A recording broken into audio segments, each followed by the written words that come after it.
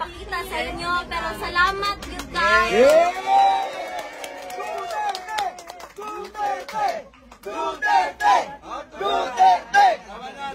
Kita mo undang ha, dito na mo. Dili mo undang. Hangtod sa makauli siya. Yes! Ang gusto lang niya makauli sa Davao, kana ra iyang gusto. Puhon. Maglitsyon tagwan. Maglitsyon tagbaka paguli. Na Coke Zero, malipay na siya. Mas gibalay lang siya, oo. Pero gipalitan naman doon siya sa kong ate, o Coke Zero dito. Ang problema ato niya, abusado man mag Coke Zero. Naman natin artificial mga chemical, di ba?